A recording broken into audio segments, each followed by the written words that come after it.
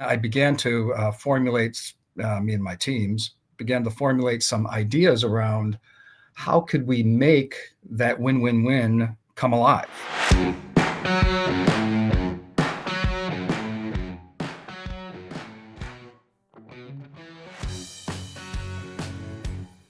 Welcome back to the Collision Vision, driven by Auto Body News. As always, I'm your host, Cole Strandberg. Today, I'm excited to welcome a guest with a unique and powerful vantage point, Shawn Broadfield. With decades of executive leadership experience in the insurance and collision sectors, including high-level roles at Allstate and Sterling Auto Body, Shawn brings an insider's view into how carriers think, how innovation is reshaping our industry, and what it all means for the future of collision repair. In this conversation, we'll zoom out to examine some of the big picture, from claims technology and operational strategy to carrier shop dynamics and what separates the best operators from the rest. So whether you're a shop owner, an insurer, or just someone curious about how all the pieces fit together, this is a fantastic overview, maybe even a masterclass in industry evolution. Enjoy the show. Shawn, thank you so much for joining us here on the Collision Vision. Hey, Cole, thanks for having me. Looking forward to an awesome conversation here, kind of all about that DRP and insurance landscape. Before we dive in, I think it's important that we learn more about you. I've given the audience a little bit of your background at the top of the show, but would love to hear your story and your career arc in your own words. Terrific, thanks. Yeah, real quickly, I don't want to give it too much time, but it was a long career, 35 years at Allstate, a variety of roles, everything from finance to innovation to strategy, mostly on the claims side. And while I was over there, I actually spent some time running their DRP network called Sterling Auto Body. And took Sterling Auto Body to places it hadn't been before. I learned a lot from it. Actually, coming out of that assignment, provided a lot of ideas for some of the innovation that Allstate pursued later on during my career. So I'm going to make us spend a little bit more time there, because Sterling is famous. The management tree and the leadership tree that came out of that organization was top notch. Yeah. Something that I discovered in our pre-show call that I did not fully understand was the level of relationship between the insurer and the body shop there. Talk to us a little bit about that organization, that relationship, and that experiment as a whole. Yeah, it was an experiment for sure. I mean, it had never been done before, a direct ownership of a body shop network from an insurer, and major insurer at that. Traditionally, those kinds of relationships were in the DRP sense, where you had direct relationships with a variety of body shops. We decided to purchase a network body shop to see what kind of efficiencies we could get out of a vertical integration play. And a lot of good things came of it. I think we underestimated reaction, and we perhaps overestimated just how difficult it can be to extract a kind of this, I would call it the three-legged stool from the relationship. The idea that you want to have great customer service, you want to do it at great quality, and you want to do it very efficiently. And it's just a hard thing between the insurer and the body shop to do. And there's a variety of reasons for that we can get into. One being, and it's something that, over the last 15 or 20 years, and by the way, it was almost 20 years ago, I was involved with Sterling Auto Body. But some things haven't changed. It is still quite fragmented out there. There's still there's concentrations of MSOs and concentrations of big players of body shops, but there's also still a lot of mom and pops. I would classify it's very inefficient use of resources, not only by the insurers, but by fleets, by others that might want to have access to that. And, it's something that is still, kind of wearing us down a little bit. And a lot of other things then come about over the last 20 years that have made it even more difficult. Things like technology, which I know we will talk about at some point. Goodness, training and hiring and making sure that we can get the best technicians and people involved in this business. And what I've discovered, being on both sides of the shop, so to speak, is that we all have the same goal in mind. Good, quality, efficient, and customers that are satisfied on an event that usually happens not very often in their lives, and it's something they really don't. I would argue most customers don't have a view into how it works, and it's something that I think 20 years ago was the problem, and it's still the problem today. How do we make sure that this relationship, how do we make sure that this process that we all are involved in happens in a win-win-win situation? The win-win-win situation. I know we're going to touch on that a fair bit. What an interesting worldview to be in that Allstate universe, in the Sterling organization within that universe, and seeing in real time how both sides operate, what the cause and effects are for a multitude of parties. And I think that's super helpful in for the rest of our conversation, getting an understanding of where your worldview comes from. And an enlightening experience, I have no doubt. For the remainder of your Allstate career, you were involved in the creation of some super cool programs and products. Talk to us a little bit about those as well. Yeah, I mean, coming out after Sterling, I actually, totally made sense. I'm a finance guy in claims, and they asked me to work on some technology platforms. So I helped Allstate swap out what they called Next Gen, which was a swap out of their software processing platforms for processing claims. And coming out of that, so you marry up what I saw in this relationship, this win-win-win potential relationship, and what I saw in how internally we handled claims and how inefficient that was.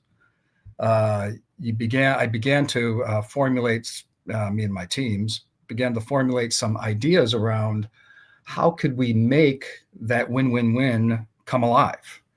And, there's a variety of programs and I would say innovations that we put in place that were on the fringes of that. But there's one example that still to this day is out there and is a great example of how body shops, insurers, and customers should feel the impact of technology going forward. It's something called Virtual Assist.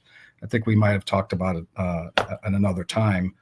But Virtual Assist is a one-to-many virtual collaboration tool that Allstate invented. And we did it out of this idea that when I was running Sterling Auto Body, I would have a car up in the rack and I would pull off the bumper cover and I'd see that the reinforcement was damaged. I'd have to call the insurer. They'd have to send out an insurance adjuster to approve a supplement. And that took, 1 to 2, sometimes 3 days for that, for us to get on the schedule for that insurance adjuster who went from shop to shop to get that approved. And it probably still happens today to some extent in the industry. But Virtual Assist was, under that situation, I have to pull the car off the rack, set it aside. It's a delay of 1 to 2 to 3 days for the customer. It costs me money to set it aside. It costs the insurer money to send out an adjuster. And so with today's technology tools, let's just have an app, a button. Everyone's got an iPad or a phone, and the technician there in the shop presses the button and immediately connects with an adjuster in a call center, for example. And they are able to show them the additional damage. The adjuster pulls up the file, electronically is able to fix it or to address it and approve it. And that car is still on the rack. Be able to get the part perhaps that day and be able to keep it moving through the line. A very efficient process for a body shop, saving tons of money. The customer gets their car back when promised. And because, by the way, we promise, as you know, in the body shop, we promise a certain date for that car to be repaired without really building in too much, hey, I found additional damage kind of thing. And the insurer saves money. They don't have to send out an adjuster. It's much cheaper to do it from a call center. A qualified adjuster, by the way, in those call centers, and the customer's happier. And so that's the win-win-win. That's using technology. That's using this relationship of insurer, repair, that whole ecosystem. We belong to it all, and we have this common customer, and we can make it cheaper. And by the way, when you make it, I don't want to use the word cheaper. When you make it less expensive for that ecosystem then becomes less expensive to the consumer. And there's a lot of built-in inefficiency still today in that ecosystem. And, that was part of what I was trying to do in the last, 10 years of my career with Allstate. Love it. And probably some solutions that you didn't fully comprehend that the problems existed until your time at Sterling. So what an amazing kind of crossover experience there. Now, we could probably spend an entire episode talking about Sterling because that was a fascinating organization, one of the early scaling MSOs, obviously would ultimately sell to a consolidator. How big were you at the time you were with Sterling? How many shops? We were at about 65 shops in 15 markets. We were about close to $250 million in revenue. When I took it over, it was originally about 95% Allstate only business. I said, that's ridiculous. Anybody who's running a business wouldn't want to have all their eggs in one basket. By the time I left, we were about 60% Allstate, something like that. And the rest was, other partners, other DRP partners. And we had probably close to 1,400 employees. And we had opened up a couple of shops under me, but we weren't growing in that regard yet. We were trying to actually fulfill our capacity that we had analyzed where we were at. So when I first took over, one of the first things I asked the guys, I go, how much do you think we can produce per shop per day? It was one of the common metrics, what we call throughput, with quality, with good customer service. And, the answer was we were producing, I'm going to make it up, 4 cars a day. That was way below capacity. So when I got back my capacity analysis, on average, we could produce 8 cars a day with quality. And that's at max capacity. We know manufacturers aren't at that level. If you get 70 or even 80% of that, you're pretty much at full capacity. So we thought 6 cars a day per shop across the network was reasonable. Well, we were 50% below that, or 33% below that. It was there was a lot of work to do. And so by simply focusing in on relationships with insurers, not just Allstate. Allstate, by the way, even though we were at 60%, we were still at the same number of cars we were repairing for them at 95%. So we were able to add basically that 30% of capacity through the usage. And the shops were just humming. They were humming. They were at good capacity. People, our technicians were happy because they were making good money. Our general managers were happy because they were making bonuses. Our customers were happy because they were getting their cars on time and they were getting them fixed with quality. It was an interesting time and a learning for me that if you focus in on 1 or 2 really good things, really good blocking and tackling.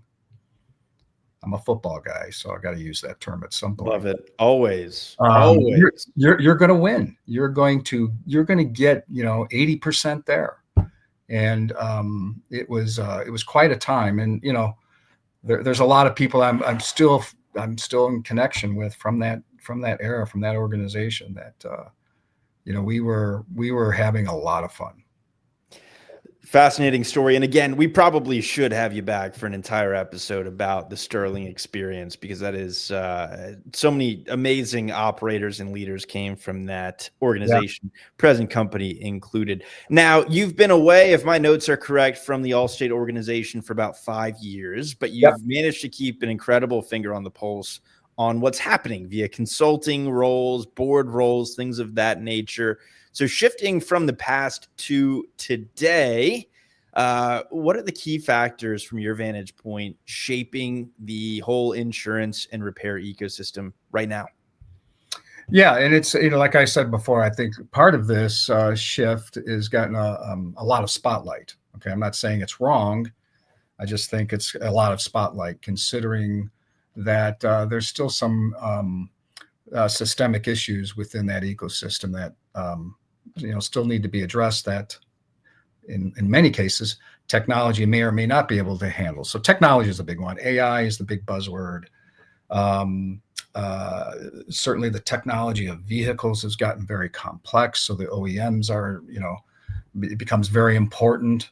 The qualifications of technicians to fix these vehicles, the Teslas of the world, for example, and then just the idea of data and what you're going to do with that data, which by the way feeds AI. So AI is big in the automating the repair estimate, but people don't. From my perspective, the industry doesn't really talk too much about the repair plan itself. And so that's the blocking and tackling. That's the meat and potatoes of repairing a vehicle, is that plan. And AI right now hasn't really addressed that. They've addressed the ability to, get the, we know that I need to replace that fender versus repair it. I know this is a 2016 Honda Civic. It's got the left, quarter panel damage. I need to repair that and what that.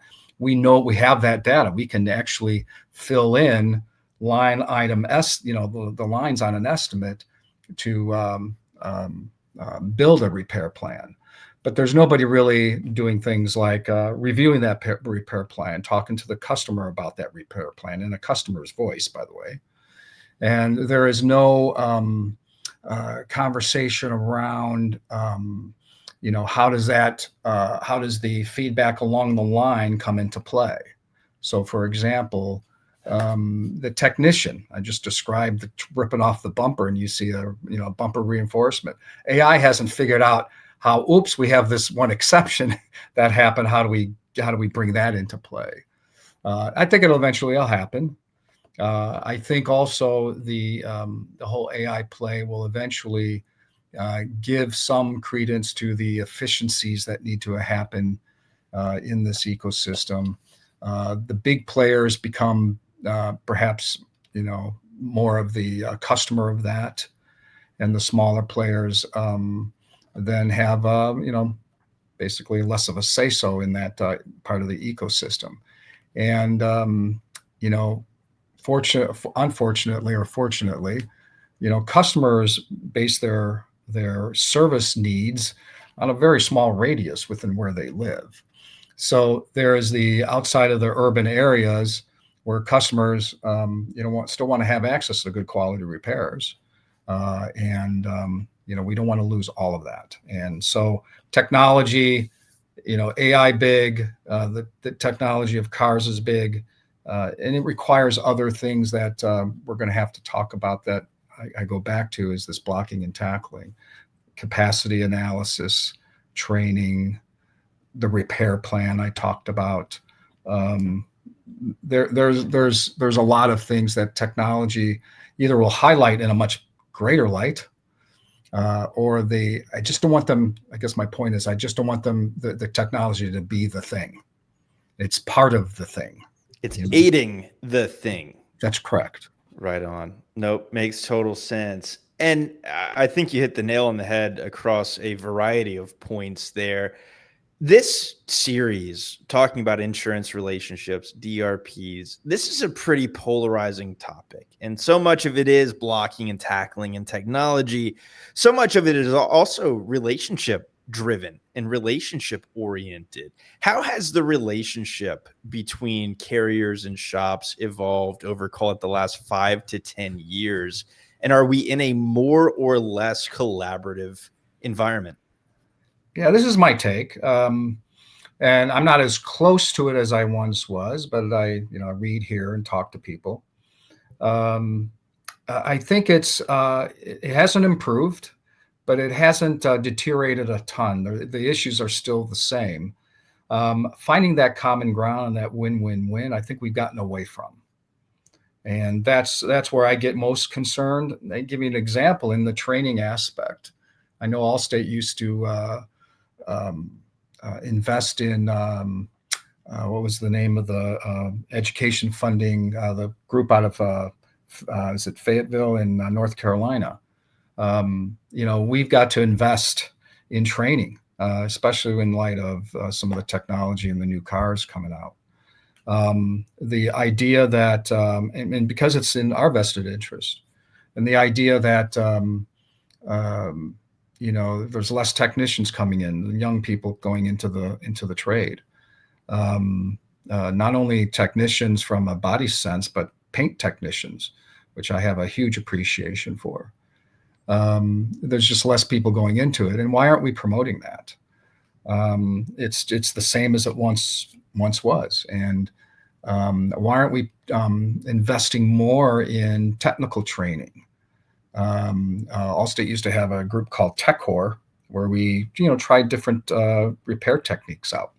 It's a lost art in that regard. And so I think I don't think it's any worse, but it's not any better. We're kind of perhaps in the middle, but there is those same issues that kind of are there, while all of this spotlight on AI and the spotlight on making things more efficient. We can't lose sight of a quality repair. That's it. It's the most important thing about what any of these related parties are involved in, is making sure we're getting folks back safely on the road and customers satisfied. Right on. One thing we both know, and I would argue perhaps on the repair side, maybe not as much, because I experienced that. A customer has an accident about once every 7 years. That is a fact. And so once every 7 years, a customer is bringing their car into a body shop because of a claim. They might bring it in for other reasons. They might have brought it in because they had a molding that they wanted to get replaced. But a major event has just happened to them. They got into an accident. And we bring it to a body shop once every 7 years in that particular situation. And I think on the repair side, we don't see that as much because we're producing 6 cars a day. Right. It all seems the same to us in some respects. But from the customer, we both have lost sight of that customer sometimes. So I think it's not just the quality repair, it's the relationship with the customer. We both have a vested interest in that customer for different reasons. And we could throw other parties into that mix as well. But focusing on the customer, I still think is missing sometimes. No question. We talked a little bit about technology. What trends today in claims management and repair planning and tech adoption are most exciting for you right now?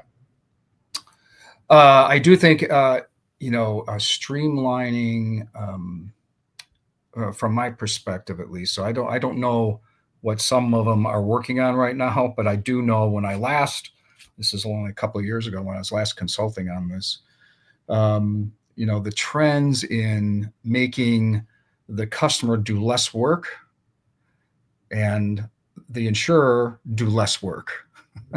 There you go. Basically taking the extraneous work out of the system.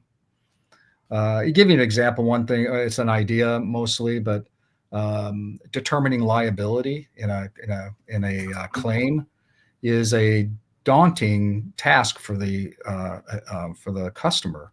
A customer normally calls today still their claim, and there's a preset screen that most loss report takers take the information in. They ask certain questions, they get certain information so that they can process the claim for them, get them to the right adjuster or the right method of inspection or whatever the process is that you got to get up. One of those things is determine if there was a multi-party accident, who was at fault, so that we can apply liability rules appropriately.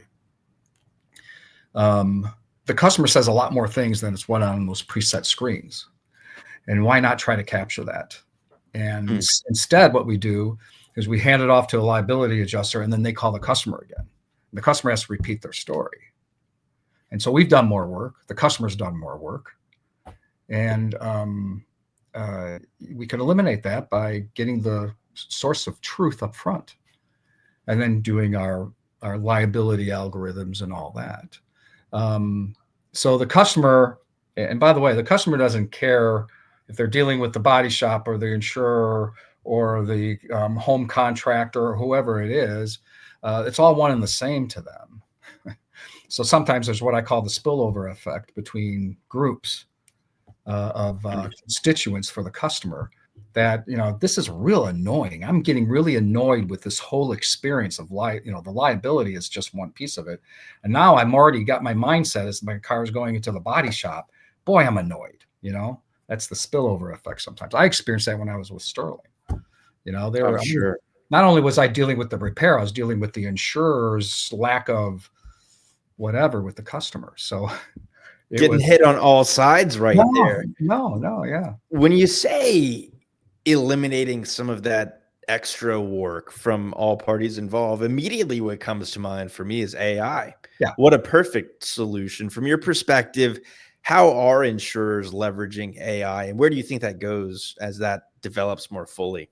Yeah, AI, I would say, is not in the true sense right now in Sure. insurance. I think it's more automation or RPA, they call it, robotic process automation. Replacing or making that screen more automated. Don't have to have a person. Okay, so you save a few bucks by doing that, but it's still the same problem. There's still work from the customer's perspective that has to occur. I would say, true AI, the idea of filling in automated from a photo of an accident to a line item estimate for repair. That's there. A lot of people are trying to do some level of that. There's a lot of issues with that. We're still learning our way into that. But there's a lot of opportunities for real AI, where, and using the example of liability adjusting, where you have the phone call translated into what I call a large, you've heard of this, large language model that pulls out pertinent loss facts and applies liability rules depending on the state you're in. Boom. There's no person involved in that. Yeah. The customer has given their story once. And but that's not going to happen soon, because there's a lot of regulatory and other barriers to entry for that. So what you're seeing really is AI being applied to things within the repair plan or the repair estimate. And side of that, there's a lot of automation going on with the insurance process. Technology, man, it's impacting every little corner of this industry and related industries. I want to shift gears a little bit and talk about repair networks and how that relationship works. I know you were in a position to have a bunch of proprietary information, so I want to keep it relatively broad here. But from your perspective, how do insurers generally evaluate and work with their repair networks today? Yeah, today I would not have a lot of purview, but I don't think it's changed that much. I think it's always been about quality, credentials, great customer service. Those are the main things, and of course, good pricing. Those were the main things that I think insurers cared about. And what I mean by good pricing is that it was market level kind of pricing, that they were making the right decisions about repair versus replace, like most of the market would be doing in that particular case. Certainly quality, and everything from a kind of a fit and finish quality to the quality of the operation, so from small to big. I don't know if there are scorecards today, or if there's rules. But the DRP networks really are, big insurer things. Who's missing is the medium-sized and the fleets and the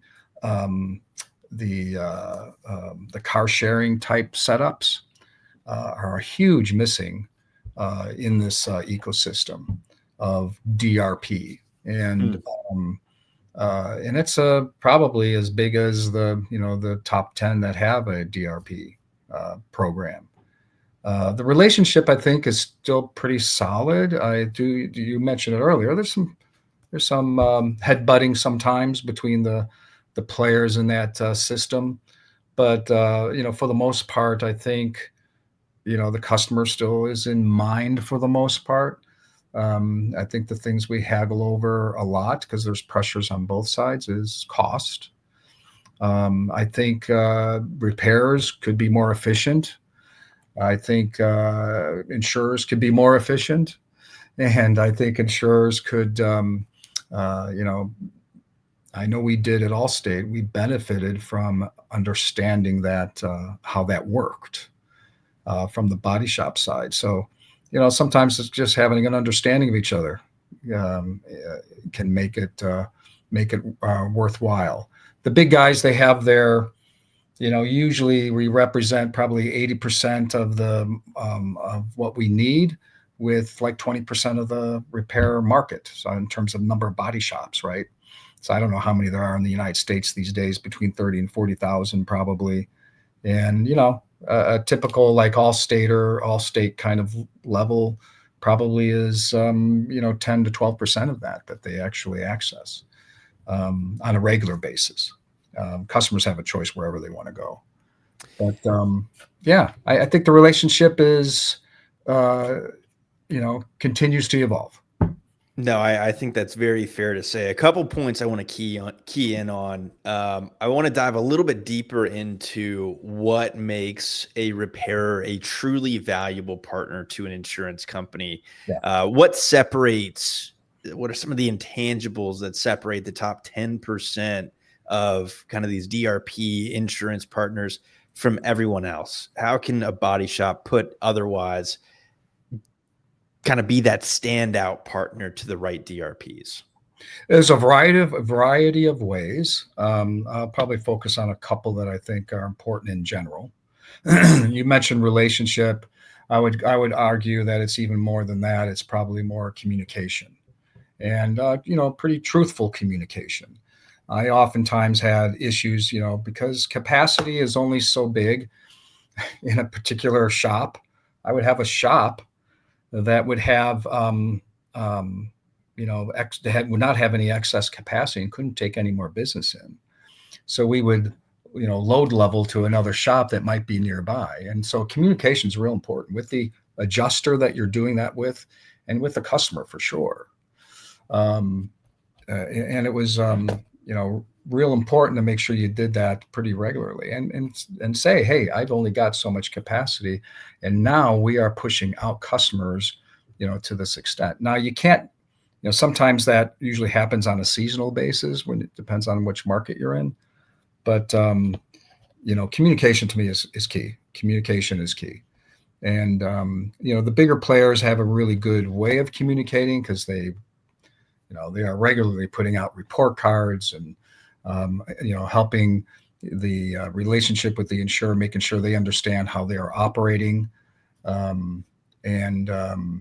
So quality repair, of course, is the second one I was going to talk about. Making sure that, the adjuster doesn't have to come back, and because this is where it's inefficient on the insurer side, come back with a customer that's unsatisfied. The bumper fell off. I'm just making up in a real extreme example as he was driving down the road, and now he's got to go back to the adjuster. Just got to go back to the body shop. So having quality repairs and having that built into your system within the repair shop, and demonstrating that, communicating that, and showing that, real important. The third thing is customer satisfaction, because at the end of the day, I would argue, when I was with Allstate, customer sat was huge for us. We wanted to make sure the customer walked away course, without the bumper falling off, but more importantly, that they were satisfied with the experience. And that's where that's what I was talking about earlier. It kind of blurs lines sometimes because it can go one way or the other. If it's a bad experience on getting the customer to the body shop, that's a reflection on the insurer. If the body shop does a bad job, it's a reflection on the insurer. So, customer service and customer focus is real important. So those three things. A great breakdown there. Something you mentioned was that butting of heads between, around DRPs. And to that, frankly, we had a series earlier this year on OEM certification. And it turned into a bit of an OEM certification versus DRP, where we all know certainly many, many examples of those two powers working very well together. What role does OEM certification play in this equation from an insurer's perspective? Yeah, boy, I don't know where it's at today, to be honest with you, Cole. I will tell you this. It's always been important for insurers that body shops are certified. Certified from a variety of levels, ICAR certified, platinum certified, gold certified. I don't know what the levels are today in that regard. But also certified aluminum repairers or certified, in this case, maybe we're getting into some of the Teslas of the world, the Rivians of the world, where it's, these special, the electric vehicles, for example. I think there is I wouldn't call it a butting heads or a battle or anything like that, but there is a discussion that has to be had at some point of, quote, who owns the customer? If I'm just talking out loud here. If I'm an OEM, I think I own the customer because it's a lifetime thing, right? If I am an insurer, I own the customer in this moment of truth. If I'm a repairer, I own the customer because they're in my shop and I'm fixing their car. We all have some say so in that, and the insurer, I think, is recognizing that and has required certain certifications. I think certifications, if you're from an OEM perspective, might look a lot different than if you're from an insurer perspective. That's just me saying that. Don't have any empirical evidence on that, except to say I can see that being the case, that we would be coming at it from different angles when it comes to certification. For Allstate, it was all about safety. It was about having qualified technicians, and it was about having a quality product. What advice, as we start to wind down this conversation, you've been very generous with your time, by the way, what advice would you give to shop leaders trying to navigate what is, without a doubt, a very rapidly changing environment, especially as it relates to insurance programs? That's a great question. It's a hard question to answer because everybody's in a different place. You have the big MSOs, the Boyds of the world. They have great relationships. It's programmatic. It's almost a level extension of they're a big arm of the insurance economy as opposed to the repair economy. They might see it, well, the insurance companies are a big part of my repair economy. So it's big enough where we have an economy. The smaller to medium-sized insurers out there, their fleets and the car sharing, those are guys that need a kind of a DRP guidance. I'm involved with a company called Crash Bay right now, and that's basically what we do. We make market, and we make kind of this DRP out of a box for fleets, medium-sized insurers who are looking for access. They're looking for great customer service, good pricing, but the first 2 points are the most important. I need access. I need my customers to be able to get their car fixed when they call me and have an accident. And so it just depends on where you're at and how you can approach it. If I'm in a smaller MSO, let's say a 5-shop regional or something like that, you're having a full understanding of how you're operating from a capacity perspective, being up to date on your technicians and your shop certifications, good quality technicians in that shop, and a customer service arm up front that really takes care of the customer. I'll give you one example. This is a quick story. before we go, because it's something that resonates with me. I didn't talk too much about customer, but here's an example. When I was with Sterling Auto Body, I'm in one of our shops. I'm at the front desk. Nobody knows who I am because I used to just hop around, right? And so this particular shop is in Sarasota, Florida, and small market, and not a lot of body shops down there. There's a few, but not a ton. And so I forget what was happening down there, but the market got inundated. And Enterprise, hate to drop names, but Enterprise was one of our partners, preferred partners, great partner. And we actually had a desk in the shop. Customer comes in, drop off the car, no rental cars because they were all taken. And my customer service rep was talking to the customer, you're going to have to wait, an hour or 2 hours while we locate a car for you. I go, so I had to raise my hand. I go, wait a second. This customer needs a car. Let's get him a car. And the Enterprise is standing right there. And the Enterprise is like, we can't. I go, well, let's call budget. Let's call, Avis. Let's call whoever, somebody's got a car. Focusing on the customer, to me, is still one of the blocking and tackling things that repairs of any size can show to insurers that they care. Love that story. Love that example. Whatever it takes, right? It's you get these customers in your door on average, once every 7 years. You want to make sure it's as palatable at worst, pleasant at best, an experience as possible.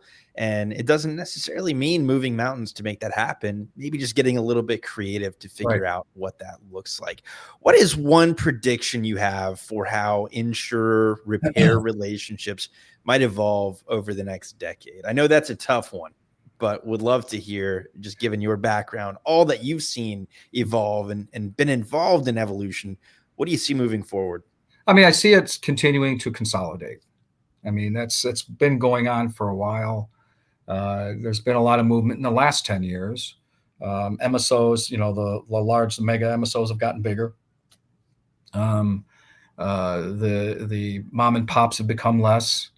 I would say the regional players have probably become bigger. There's more of them. So there's consolidation going on in pockets, and the relationship with insurers probably will get more scaled. Okay. And all that means is that you're going to be able to eke out some efficiencies within that. And I think we just need to be honest with each other on how that's going to look and who's going to profit from that, so to speak. Because I think if there is an efficient consolidation of the repair industry, and there's an efficient and medium-sized and fleets and others become more efficient in how they access the repair industry, there's going to be kind of that win-win-win going on. Certainly, I think technology will come into play, and I think the big missing is that insurers and repairers need to invest in that training and then in this trade that is so important. All about the win-win-win. I think that's fantastic terminology, fantastic mindset. Shaun, for folks who want to follow along with you or get in touch with you to explore this topic and others further, how can they do that? They can get me through LinkedIn mostly. You certainly access me there. Shawn Broadfield at gmail.com is my email address. I do look at that often. And probably those are the two best areas. I will include both of those in the show notes to make that easy for folks to reach out. But Shaun, it's been an absolute pleasure, sir. Thank you so much for your time and for your insights, and not least of all, joining us here on the Collision Vision. Hey, Cole, thanks so much, and good luck to you. I appreciate having the chance to speak on this. A big thank you to Shawn Broadfield for joining me on the show and for sharing such thoughtful insights. If there's one thing I took away from this conversation, it's that alignment between carriers and repairers isn't just possible, it's essential. Whether we're talking about technology, operations, or even trust, the best in the business are constantly looking for ways to improve the relationship, albeit there may be some battles for sure. I hope you're walking away with some new perspective and maybe a few ideas you can apply in your own business. As always, thank you for listening to the Collision Vision. Be sure to hit that follow button and share this episode and others with your network who might find value here. As always, on behalf of the Auto Body News team and myself, thank you for coming along for the ride.